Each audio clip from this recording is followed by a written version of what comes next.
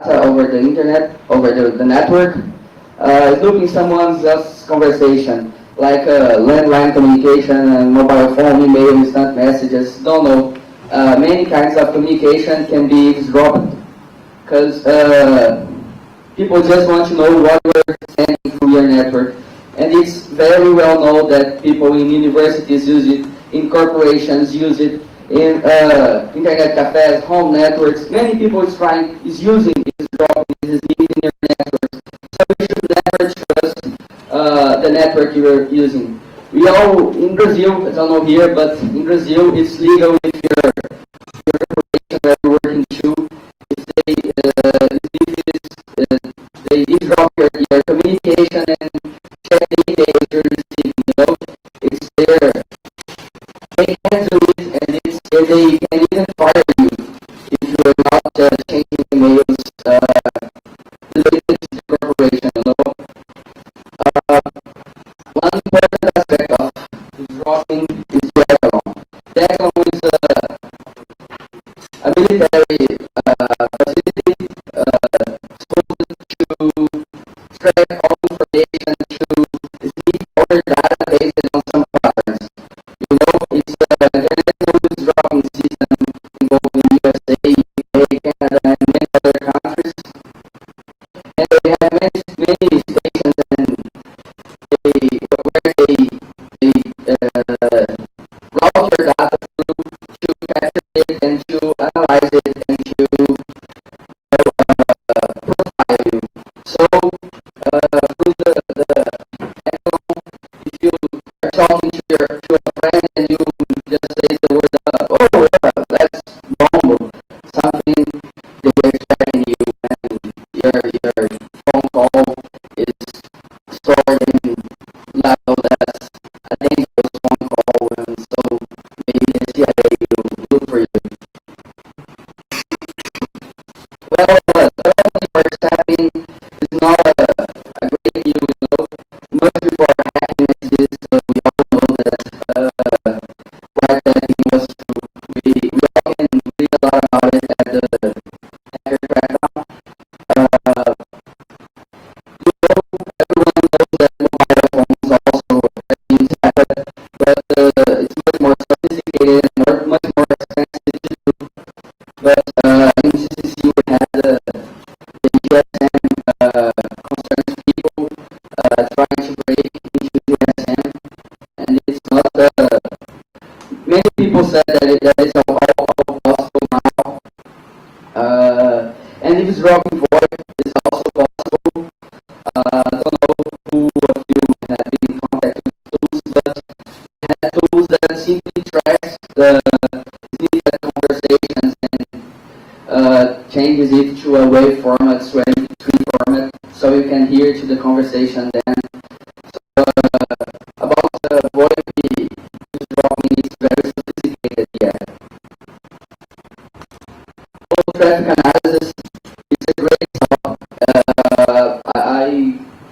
I would like to have much more things to tell about it, because it's a very worrying problem. Traffic analysis intercepts the communication and deduce information from patterns. It's not worried about the information. It has a great topic. It analyzes and correlates captured data to provide detailed information. The amount of information that runs through these networks, it's too big to be analyzed by a human. So they had to develop a system, maybe an artificial intelligence system, to analyze this data and provide some useful information for them. So this is the great spot of this topic. It's a data mining service that makes the dirt work for them, because it's possible to do as a human. So, how to hack the network eye? How can you improve your security over all these threats? Well, the first topic is using cryptography. It's the most old way to avoid dropping, to avoid spies. Use it since many times. You can hide your traffic from watchers, and you can use security protocols like TLS, SSL, and you can use lots of tools like PGP just to encrypt your data. On your routing is also cool stuff to use Tor to route your data through a peer-to-peer network, and many times make it harder to understand what we're trying to do. When you access an endpoint, you are doing it over another machine, through another machine, sorry, and they can't track who you are or where you are, you know? And it's been recently hacked by the hackers.org guys, hackers.org guys, and we've seen that it's you know, there's a way. In fact, there are 3 ways to recover the real IP from the user, maybe even if he's using Tor, you know. The peer-to-peer nodes are also unneutral, like those evil gateways on the internet. So people on these nodes might be sniffing your data and capturing your data. Mainly the endpoints of Tor, where data is in cryptography. Well, we need to find ways to improve Tor because it is a great tool, and but it has many flaws. Another great feature that people are creating now are the privacy boxes. That is a new concept of security, you know. They are just building boxes with one button, and they had all these servers and all these features inside, and you just plug in your computer and you just plug in it on the internet, maybe to your DSL modem, and just turn the button and you are on the internet with all these services available. You know, it's very interesting. Well, how to hack the Echelon? It's a very interesting way. Because it's an artificial intelligence system and data miner, you know. It's always concerns about understanding your data, but it's not real intelligent, not yet, at least. And it's based on pattern analysis. So, as everything else, we can always hack pattern analysis, like in the IDS system where you can create shell codes that runs away from the pattern. Here you can create your own messages and maybe run away from the pattern. It's the basic. But many times what people are doing is the Echelon spoofer, a system to show you messages that probably are in the Echelon system labeled as dangerous words. And you just attach these words to your messages, and you probably are floating them with unimportant messages and make the system more ineffective. Here you can see an example where we have a recipe of a cake with many dangerous words, you know, bomb, White House, president, red cell, virus. And when this message goes through the network, it's just a recipe. But when it goes through the network, Echelon understands all these words and analyzes it and says, whoa, bomb in the White House, virus? No, this is a dangerous word. And they keep your message and they had to analyze it, so we're floating them with unimportant stuff, you know. About security telephony, it's a great topic too. It's based on voice mixing, scrambling, and encryption. But we all know that this isn't very popular.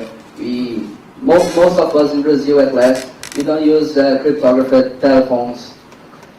Mainly because they are very expensive and they need ISDN lines. There are many commercial solutions for encrypted voice and tests on smartphones, and you can try to avoid traces with caller ID spoofing. We had security telephones from Security Telephone. That is a project that is available on the internet, but okay. Now let's talk about defective by design, or DRM and stuff. Well, first we'll talk about trusted computing. That is a very new feature that the computers are bringing, you know. The main topic of trusted computing is to make computers behave in well-known ways. You just use a platform that is able to understand if some code is a good code and if another code is a bad code. And they execute only only executes the good code, you know. What the developer said is that the computers would be much more safer against viruses, but it's also a hardcore DRM system. You know, it's very restrictive, because users can't simply choose who they trust. You know, it's the biggest problem around this. You just wouldn't be able to simply change your system and keep things running easier, you know. Changing software would be a bigger problem too, and you wouldn't have anonymity, because these systems are dependent on digital signatures, you know. So while you have your digital signature inside your computer will never be anonymous anymore. It also depends on this trusted platform modeling, the TPM, that is the modeling on the hardware that would authenticate the codes and things to execute and all information. So we don't know, is it security or is it freedom? Never both, you know, but probably or maybe none of them will be brought by this kind of computing, you know. Well, DRM, we've been through a great DRM battle these days, that it's the iPhone's problem, you know. People trying to release iPhone to work with any telephony operator, but iPhone has a contract to work only with AT&T. So what is DRM? DRM are restrictions applied to hardware to make it only to work only one way, you know. They sell you a cell phone that would work only with AT&T, so it's a DRM. But the cell phone is able to work with another operator. So if I bought the cell phone, if I want the cell phone to work with another operator in Brazil, where is the problem? I don't know, you know. So they are trying to restrict the use of their hardware. It's also very used in video games, you know, like you have people trying to avoid homemade CDs, and there are people creating mod chips to break video game related DRM. And it's sorry. And we've seen also the Sony DRM problem in 2005, where they just inserted a rootkit inside their CDs, and when you were trying to copy the CD, the rootkit would be installed in Windows, and this rootkit was exploitable, so your computer just became vulnerable to attacks, you know. So it's also a great problem, because the vendors many times are not ethical, so they're selling things with unknown related stuff. In the end of the presentation, we'll see that iPhone sends information from you to their database. So, this kind of hardware, it's defective by design, you know. It's not okay. So perhaps we should just ask for our rights. Well, how to fix the hardware? So, well, we have reverse engineering, that is the process to make things from top-bottom point of view. You know, you get the hardware and you try to hit the code and the assemblies and everything, and you understand how the system works, and then you hack it. So it's very useful, mainly for breaking DRMs and trusted computing modules, because we would depend on it to make our computers work as we wish in the future, you know. We also have hardware hacking to change the default way that the hardware is working. So you get your computer, you improve your hardware, you make some connections, you put another chip just like they do at the video games, and then your computer or your video game or your iPhone is working as you would like to work, you know. Well, let's talk about personal tracking a little bit. There are only about 500 more slides. Don't be worried. RFIDs. RFID architecture is based on the reader and the tags. Maybe you all already know RFIDs.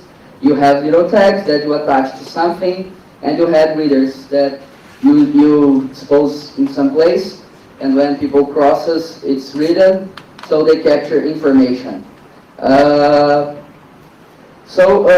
These tags might be attached to things like access cards, credit cards, passports, and AVI. AVI is automated vehicle identification. You know, they just put RFID in your car, and when you cross the red lights, they simply know that you were the one who crossed the red lights. Well, maybe this is a good stuff, you know, making people respect the law might be a good stuff, but who trusts that this information will be used only for that purposes? I don't. Well, so it can be used also to identify people, as it's already being done in passports. So many people say that it's the mark of the beast, you know.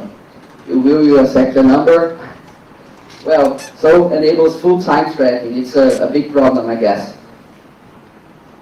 Wireless sensor networks and body sensor networks, it's a very new related stuff.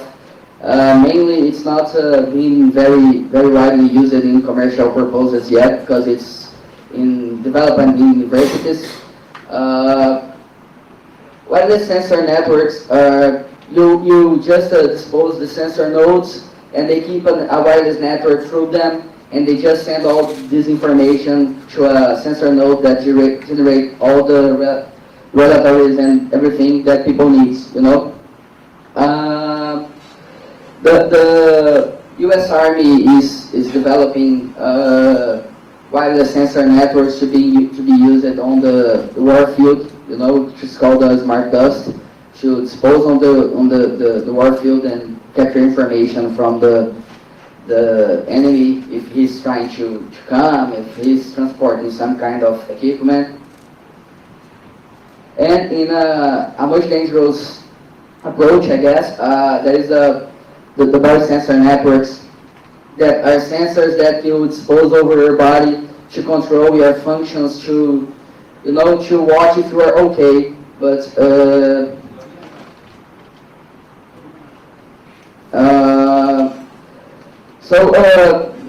these body sensor networks are, you know, they just check if your heartbeat's okay. If your heartbeat is too slow, so it is able to inject adrenaline in your body and makes you okay, just in an automated way.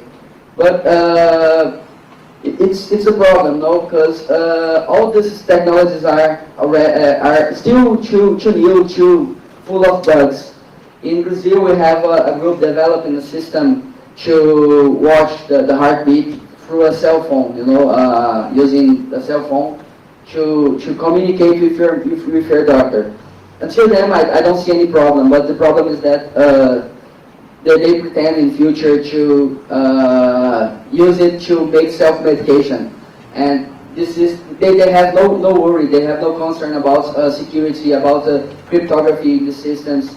So maybe in the future you will be walking with your body sensor network, watching if your glucose level is okay, and someone will just hack into your network, and you know, it's very dangerous. Well, it's the basic architecture of a sensor node. In a sensor node, you have a power source, you have all your sensors and actors. You have a network module and a CPU and memory. You know, it's a basic computer, but it's not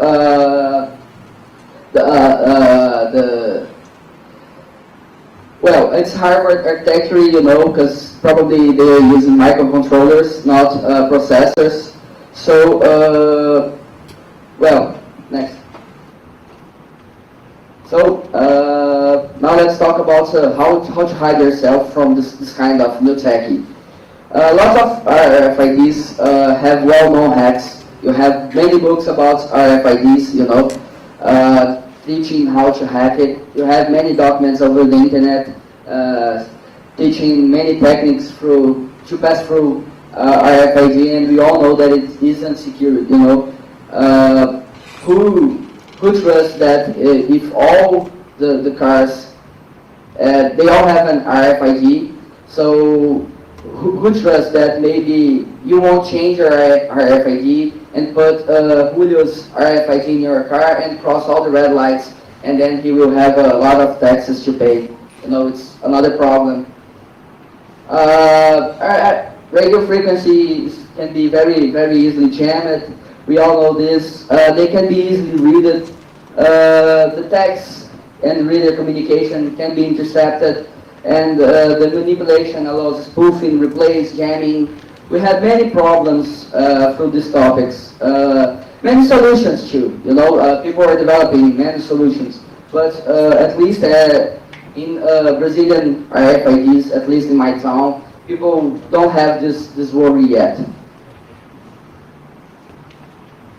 About the sensor networks, problems related to sensor networks. Well, we know that all software has bugs, you know. So the sensor nodes have processing capabilities. So it's running a software, and many of them are running operating systems like TinyOS, C3, RTOS, Linux, or Windows.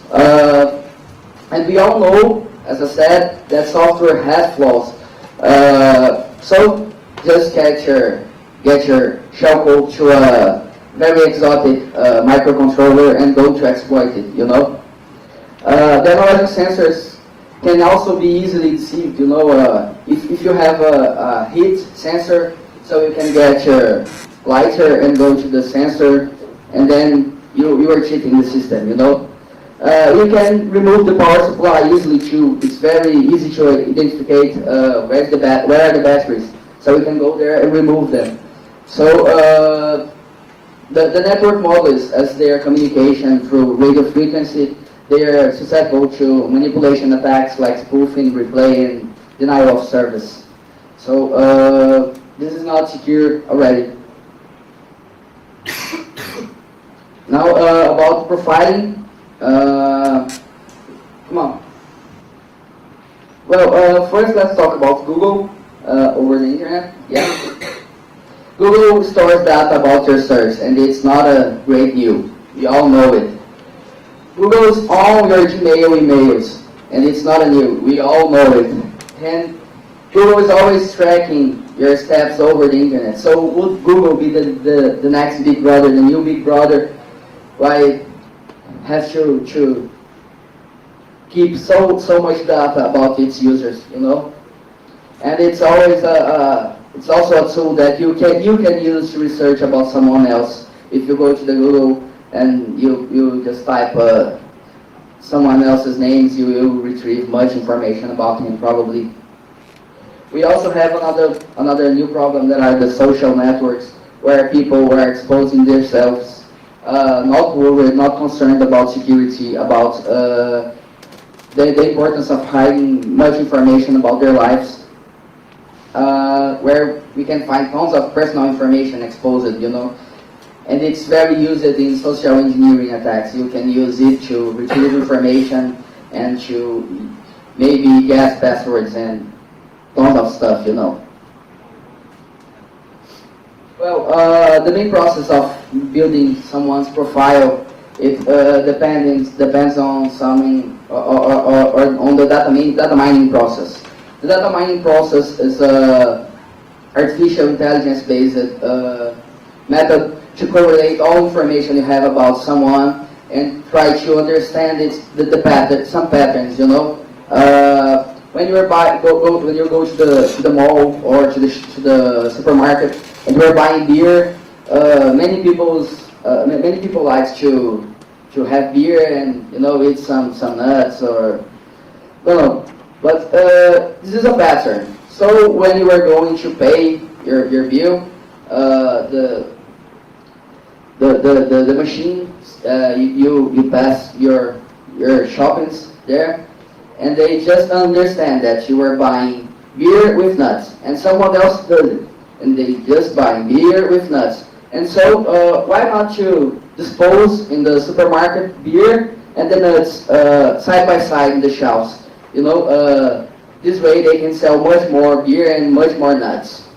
So these patterns are helping companies and corporations to build many profiles through the world. We also have direct marketing that people, and mainly Google, they're doing after building your profile. They know what you like, so they know what to send to you. They simply can send you, if you are always reading about football, if you are always receiving mails about football, then they just send you information and try to sell you football teams, t-shirts and stuff. It's extensively used by you.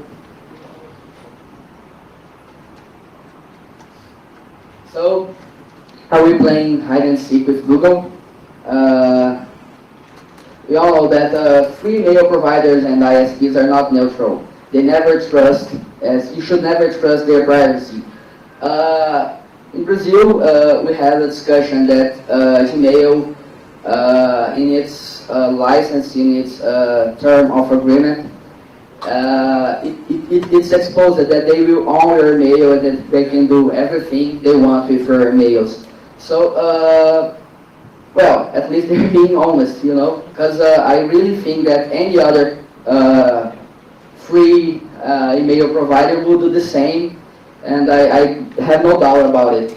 So Gmail is not the only one. Maybe keeping your emails in your own server is much safer. Tor can help you anonymizing your navigation to avoid some profile. If you are famous, you probably won't hide from Google, because many people will write about you. If you are not famous, ask your friends to not write about you, not to expose your pictures on the internet and stuff. And mainly, if you are trying to hide, just leave social networks or keep it a low profile if you think that it's a useful feature. Other ways to hide from profilers. It's really hard to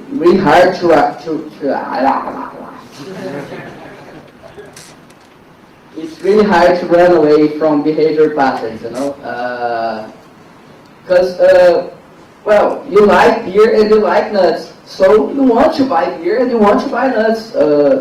It's a pattern, I guess that the most of us wouldn't go to the supermarket twice just to make it different, So it's very hard to avoid this profiling. So maybe being wargame exotic may be a good choice, but it's not easy, because beer is not so good with eggs as it is with nuts, So, but breaking this pattern behaviors is the only way to avoid profiling. So it's a problem, it's a hard problem, and I don't see a way to break through it yet. An easy way. Text-based profilers are much easier to bypass, because the same way we did with Echelon, you just understand which data he's trying to capture, and you insert capture data or nonsense data through your messages, and you are bypassing them. Another way, you can move to the mountains. It's a great place, a great lifestyle, fresh air, sweet water, no smoke, but no girls too, so. They can provide that you too. Sorry? They can provide you there too. Yeah. I tried. They tracked me down. So. Yeah. Well, they have satellites, so they can keep you watched 24 hours. I'm And what about cell phones? Because the best way to track a person is about using his cell phone, you know in which area he is. And most cell phones have GPS now and are sending this information to the companies. Even in the United States, when you dial 911 and your cell phone has a GPS that sends information to the center of 911 so they know exactly where you are. And well, too many drug deals, friends of mine are going down because of that, and it's hard. Yeah, it's a hard problem, you know, because cell phones are really a way to track people, because you have networks and you have cells of networks through your town, and you have services from other countries. And probably if I had brought my cell phone to Argentina, I left it in Brazil, everyone would know that I was here just if they had access to the cell phone company. It's a great problem too, mainly related to GPS stuff you just said to us. So I thank you for the contribution. It's the main purpose of the presentation, to make everyone contributes and keep all this stuff well known. Thank you. Now let's talk about some news, some stuff that happened recently and that I've just attached to the presentation. First, Apple is tracking iPhone usage.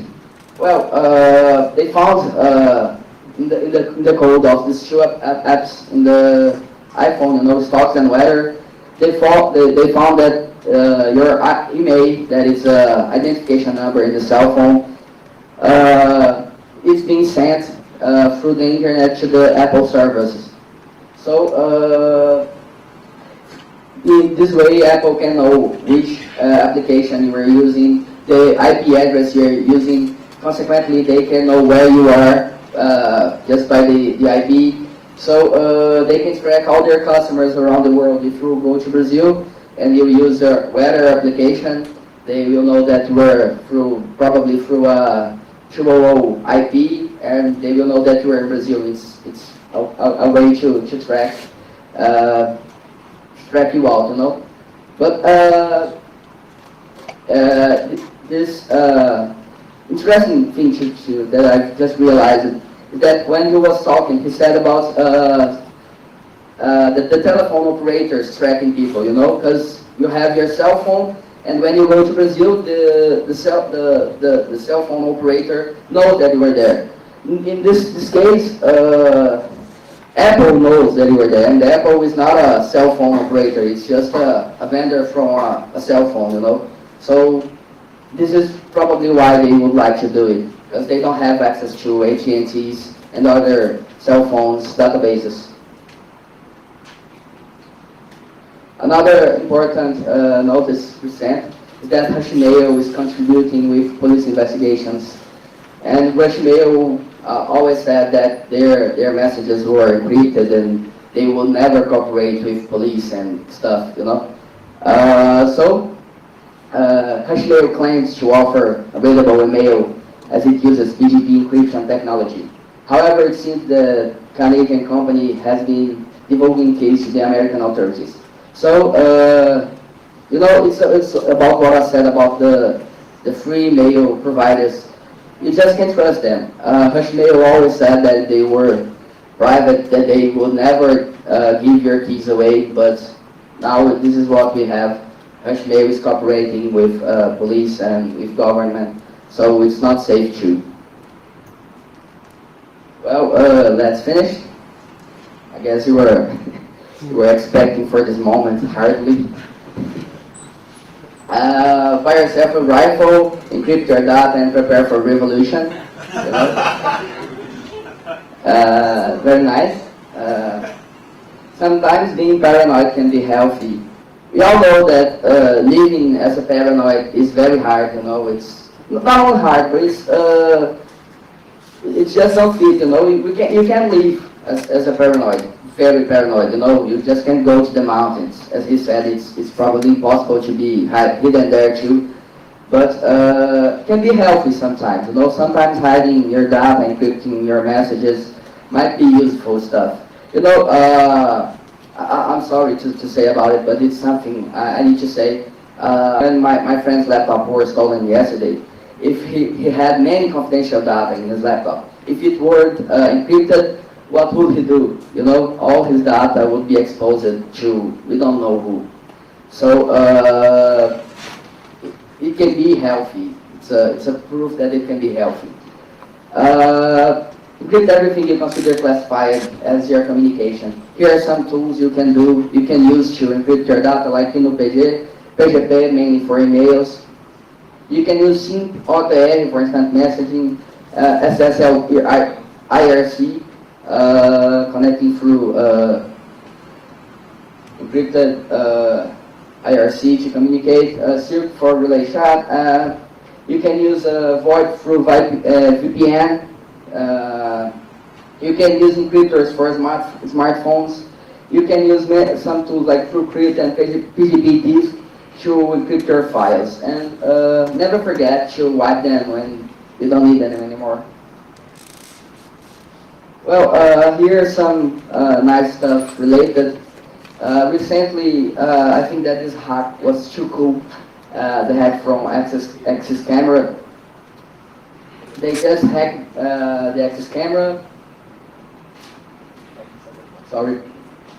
And they could allow the video, they could replace the video stream, you know. They just found a way to insert an XSS exploit in the system, in the viewing system of the camera. So when the user just sits to watch who is going on the streets, they see maybe a bored movie, who knows. You can replace the traffic, you know. And it's a very nice hack, and if you were, I guess you should be interested in it. It's nice. You have Amato, that it's a tool to perform information gathering when you are trying to break into a network. It's very nice because it provides you much information. You have many keyloggers. We all know that over the internet there are keyloggers everywhere with screenshots, FTP connections, and available for download, easily available for download. And we also have, I don't know, maybe in Argentina, I guess you are not hard or cute users. You are using MySpace, isn't it? Don't know. But in Brazil, everyone have about 2 or 3 haircuts, you know. Everybody uses it very hardly. So the haircut stalking tools are useful to many people over there. These tools are always downloading scraps from your friends. They are always allowing visible navigation through your tools, so people can track that you have visited them. So, you know, related stuff. Here are some good references. 1984 and Animal Farm, that are the mainly inspiration for this presentation. Great books from Joao. We also have great new works from Aldous Huxley and Discipline and Punish from Foucault. This last book isn't a history book, you know. It's a philosophy book, so you just read about behavior and about how to punish and about how to discipline. But it's also a very good book about this kind of stuff. Maybe the base for the police and the laws that we have today, a base for many things we are passing through today. And we also have here many links to related stuff, like Big Brother Awards, EFF, data retention is no solution, Open Beacon, defective by design. This I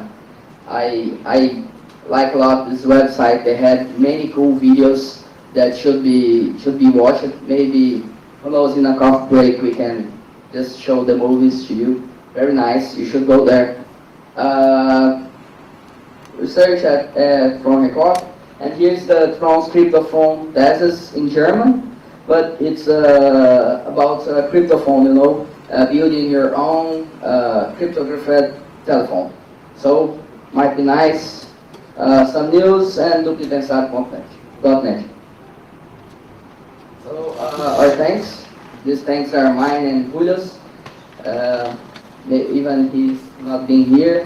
Dad, Mom, Pets and Friends in Brazil. people from the Ekoparty staff that brought us here, and we are very glad to be here. It's been a very good travel for us, and the conference is congratulated. It's fucking nice. Our friends from Rodrigo Vira Branco and Domingo Montanaro that are not here because they just drink too much. Keira Agustina, who doesn't know her.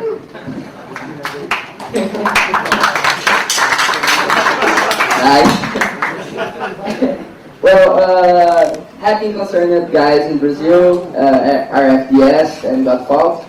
Plebe Rudy, that is a band from Brasilia, very nice, maybe you should listen to it. Some other friends, including him, and concerned people around the world, and thanks to you for being patient, for being here so early to watch me saying this nonsense stuff, and that's it. Thanks for your patience.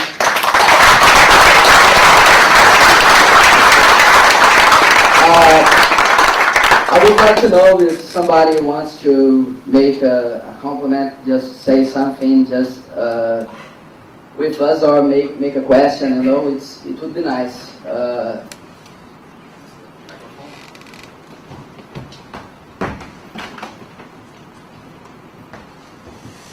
Just to keep talking for a while. So, two things. First of all, in year 2000, Bernstein publishes cryptanalysis of the RSA encryption form and provide a way to track down the RSA encryption private key infrastructure. In 2002, in a cryptographic conference, some guys come up with a way, with a proof of concept that a machine can build to do that, to break RSA and private public key infrastructure. So that was 2002. We are in 2007 now, so our friends of the NSA, I know that guys that have some $1 billion to spend a year, and maybe doing some cool stuff with that paper now. I don't know, but maybe you know something else about that. And the other thing I like to know is all these companies that are doing all these things, they are always using the law against us, are using the law to avoid us to do reverse engineering, to publish new bugs that we found. They are always using the law against us. Can't we use the law against them? They are just service providers to us. We are paying for that service. They don't own us. So our information is from us. And can we use the law against them as they use against us? Well, what we have seen in Brazil, what is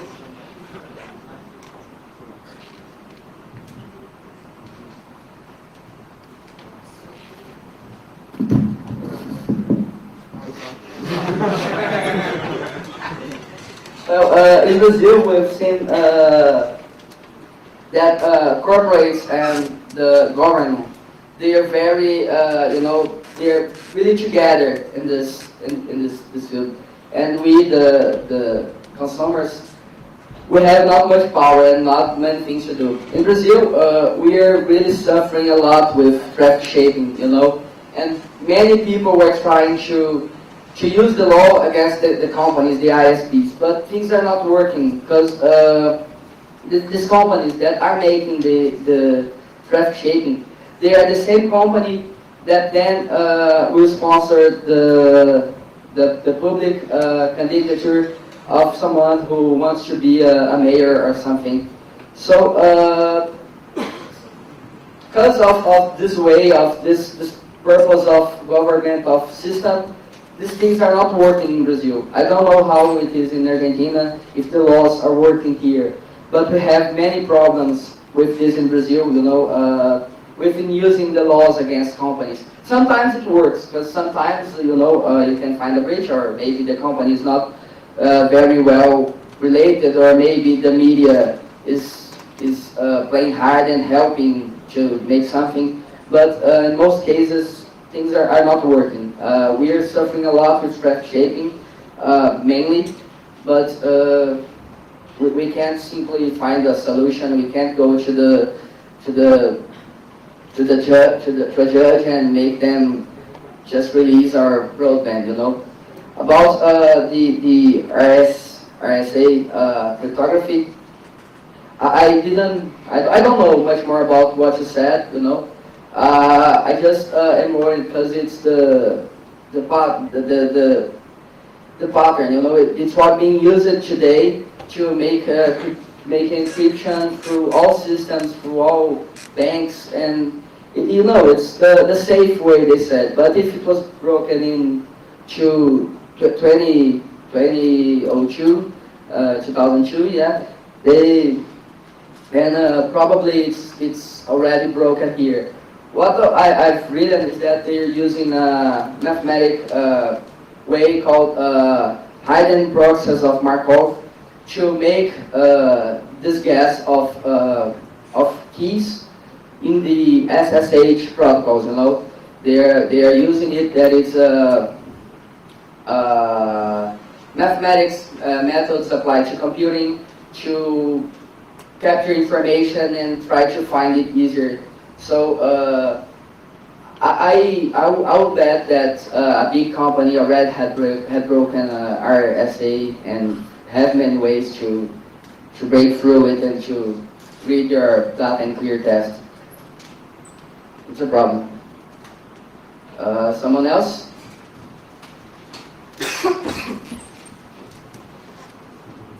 Yo voy a preferir hablar en español para que nos entendamos mejor, porque en inglés muy fluido no es. Pero lo que yo quería decir era que el otro día estaba viendo que salió una nueva tecnología que es para el craqueo de hashes, como los que están guardados en Joao para acceder a proteger un sitio web.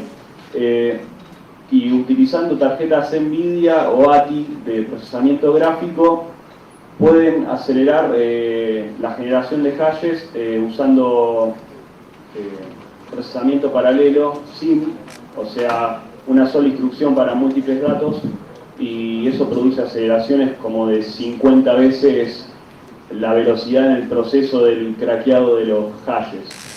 O sea, NVIDIA largó un API nuevo que se llama CUDA, que permite acceder todo el poder de proceso paralelo gráfico para utilizarlo en otras aplicaciones. Y ATI también sacó un API similar que también permite el acceso directo a la capacidad gráfica de las tarjetas. Porque anteriormente uno lo podía hacer, pero manipulando las rutinas gráficas, entonces era bastante enquilombado, o sea, complicado el asunto. Y también otra cosa más que, bueno, nosotros nos contactamos con Solar, que es el autor de Jack the Ripper, y dijo que por el momento no está trabajando en ponerle un módulo para que utilice esta tecnología, pero que bueno, que en el futuro podría llegar a ser. Well, I had some good points to say about that. May I answer in English? It's okay? I don't know if I didn't really understood 100% of what he said, but it's okay. I understand the most part. In Brazil, I work in a university in Brazil, in a biocomputing center, you know. We are always analyzing stuff like DNA and this kind of things. Well, there we had someone studying parallel computing using video cards, you know. He's just studying ways to make it to correlate data in DNA and stuff, because we had big computing problems with computational effort. No, they are very hard to solve. So we need this kind of stuff. In Unicamp, the biggest university in Brazil, we have people making grids with PlayStation 3. You know, they just build a grid with I think 11 or 12 PlayStation 3s, and they are using it with biocomputing related stuff, you know. And last point, in the last FRAC edition, I didn't know if you had seen it, the 64, there's an article known as Hacking Deeper in the System. It's a very nice article, something really new. Never seen an article like that around. And the author explains about using hardware like video cards to break cryptography. You know, it's something you should go and look. It's a good article. Okay, thanks. Right? Someone else? Here? Here? Here?